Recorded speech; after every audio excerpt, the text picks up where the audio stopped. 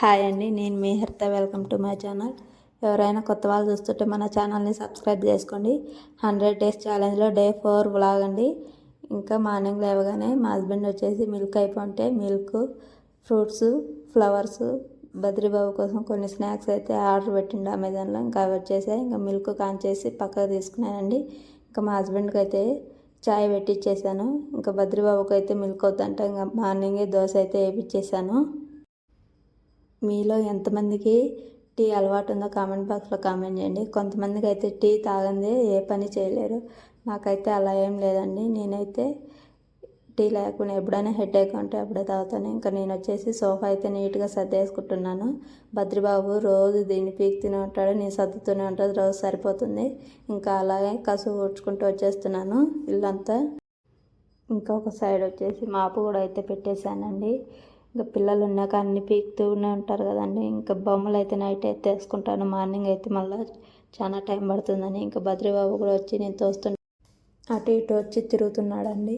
ఇంకా నేను నైటే కడుగు పెట్టుకుంటా కదండి పాత్రలు. ఇంకా అవన్నీ వచ్చేసి ఒక్కొక్కటి సర్దుకుంటూ వచ్చేస్తున్నాను. ఒక సైడ్ దోశలు పోస్తూ ఇంకో సైడ్ అయితే కర్రీ అయితే ప్రిపేర్ చేసుకుంటానండి.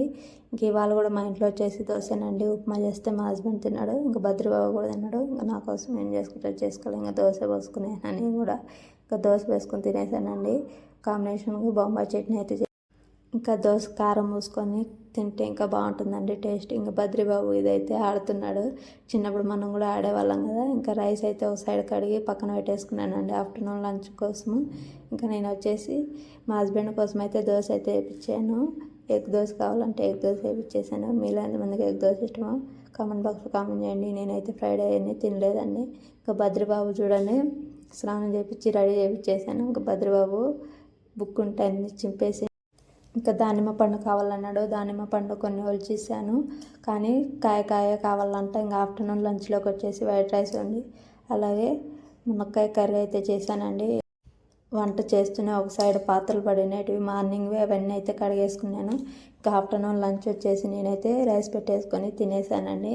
ఇంకా బద్రీబాబుని పనుకోబెట్టాను. బద్రీబాబు నిద్రపోయి లేచిన తర్వాత బద్రీబాబు స్వీట్ కార్న్ కావాలంటే ఇంకా మొన్న అడిగాడు కదండి మార్కెట్కి వెళ్ళినప్పుడు. ఇంకా ఇంట్లో ఉందని చెప్పా కదా, ఇంకా అదైతే ఉడకబెట్టి ఇచ్చాను, తిన్నాడు. ఇంకా నైట్ డిన్నర్లోకి అయితే చపాతీ చేశానండి. ఇంకా చపాతీ తినేసి ఇల్లంతా నీట్గా సర్దేసి కిచెను ఇంకా అయితే వెళ్ళి పనుకునేసామండి. డే 4 వ్లాగ్ ఇదేనండి. నా వీడియో నచ్చినట్టయితే లైక్ చేసి, షేర్ చేసి, సబ్స్క్రైబ్ చేసుకోండి మరిన్ని వీడియోస్ కోసం. Bye bye.